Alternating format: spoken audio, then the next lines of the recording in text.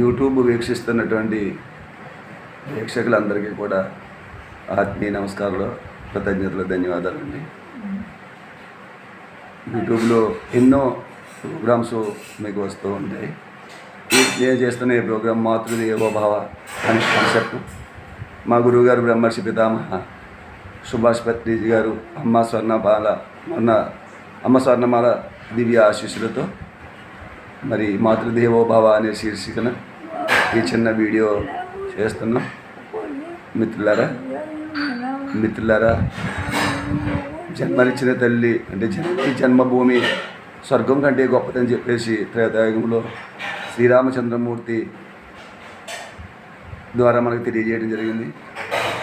అటువంటి జన్మనిచ్చిన తల్లిదండ్రులు ఎవరైతే ప్రేమగా చూస్తారో వాడు స్వర్గంలో ఉన్నట్టే.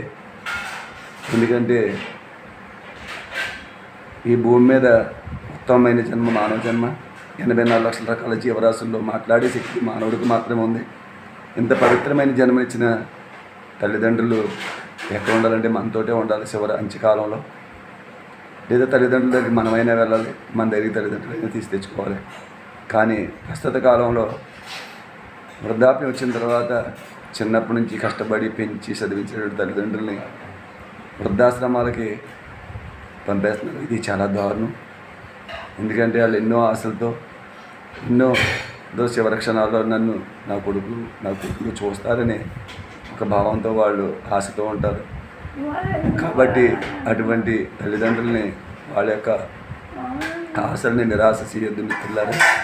ఎంచేతంటే సత్యం వైపు ప్రయాణం, సత్యాన్ని చెప్పడంలో మా గురువు ఏనాడు కూడా వెనకాడొద్దన్నారు. అటువంటి మహానుభావుడు సుభాష్ పత్రిజీ గారి యొక్క శిష్యుడిగా, పిరమిడ్ స్పిరిచువల్ సొసైటీ మూమెంట్లో సభ్యుడిగా మీకు సత్యాన్ని తెలియజేయడానికి నాకు ఏ విధమైన భయము లేకుండా సత్యం చెప్పడంలో మనం ముందుండాలని ఈ కాన్సెప్ట్.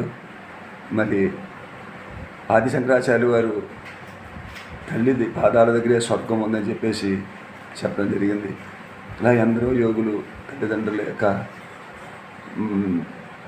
గొప్పతనాన్ని గురించి ఎంతగానో చెప్పడం జరిగింది. అటువంటి తల్లిదండ్రులు ఈరోజు ఎక్కడ ఉంటున్నారండి? ఎక్కడున్నారు? వృద్ధాశ్రమంలో ఉంటున్నారు. అంటే మానవతా విలువలు ఎంత దిగజారిపోయారో. నేనేదో గొప్ప చేశాను కాదు, మా గురువు ఏం చెప్పండి, ఏదైనా ఆచరించిన తర్వాతే దాన్ని బయట చెప్పండి. నేను ఆచరించాను కాబట్టి నేను ఇంత ధైర్యంగా చెప్పగలుగుతున్నాను. ఈవిడ ఎవరంటే నా తల్లి. ఈవిడికి ఇంచుమించుగా 85 సంవత్సరాలు. 5 సంవత్సరాల క్రితమే ఈవిడ పెరాలసిస్ తోటి 2 కాళ్ళు కూడా లేవలేని స్థితి ఈవిడిది. అయినా కూడా ప్రతిరోజు ఈవిడ్ని ఎత్తుకుని తీసుకెళ్ళి స్నానం చేయించి, చిన్నతనంలో నా తల్లి నాకు ఏ విధంగా స్నానం చేయించిందో, చిన్నతనంలో నా తల్లి నాకు ఏ విధంగా బట్టలు తొడిగిందో ఆ విధంగా ప్రతిరోజు నేను 5 సంవత్సరాల నుంచి చేస్తూ మాతృ రుణాన్ని తీర్చుకున్నాను. ఎంత అదృష్టం తెలుసుకోండి. ఇది అదృష్టం చాలా తక్కువ మందికి అవుతుంది అన్నమాట. ఇది అదృష్టంగా భావించాలి. అప్పుడు తల్లి రుణం తీర్చాలంటే మళ్ళీ తల్లికి తల్లిగా పుట్టాలంటే మనం అలా పుట్టవలసిన అవసరం నాకు లేదు. ఎందుకంటే నా తల్లి నాకు చిన్నతనం నుంచి ఏం చేసిందో అవన్నీ కూడా నేను నా తల్లికి చేస్తున్నాను. నేను గర్వంగా చెప్పట్లేదు, ఆనందంగా చెప్తున్నాను. ఇలాంటి కొడుకు ప్రతి తల్లికి ఉంటే నాలాంటి కొడుకు అంటే నేను చాలా గొప్పగా ఫీల్ అవ్వట్లేదు. నాలాంటి కొడుకు ప్రతి తల్లికి ఉంటే, ప్రతి తండ్రికి ఉంటే ఈ దేశంలో వృద్ధాశ్రమాలు పని లేదు మిత్రులారా. వృద్ధాశ్రమం అవసరం లేదు అసలు. ఇంకేదంటే కనీసం అలా పైకి లేచి నుంచునే స్థితి కూడా కాదు. ఇలా లైక్ తీసుకొని చేతితో పట్టుకుని ఇలా కూర్చున్నాను. కూర్చుంది కాబట్టి ఇలా కూర్చోగలిగింది, లేకపోతే మంచం మీద పడుకుని ఉంటుంది. అటువంటి స్థితిలో మరి ఈరోజు ఈ తల్లికి సేవ చేసే మహద్భాగ్యం పరమేశ్వరుడు నాకు ఇచ్చాడు.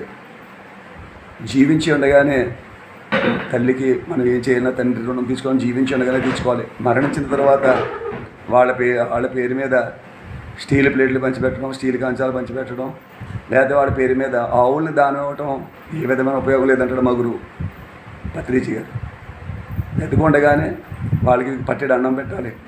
బతికుండగానే చనిపోయిన తర్వాత ఆవుల్ని ఇవ్వటం కాదు, బతికుండగానే ఒక గ్లాసు పాలు కొని వాళ్ళకి ఇవ్వాలి. చనిపోయిన తర్వాత ఏది ఇచ్చినా కూడా వాళ్ళకి ఏ విధమైన మనం మేలు చేసినప్పుడు చనిపోయిన నువ్వు ఎంత చేసినా కూడా ఏం చేయాలి, బ్రతికుండగానే జీవించి ఉండగానే తల్లి రుణం తీర్చుకోవాలి.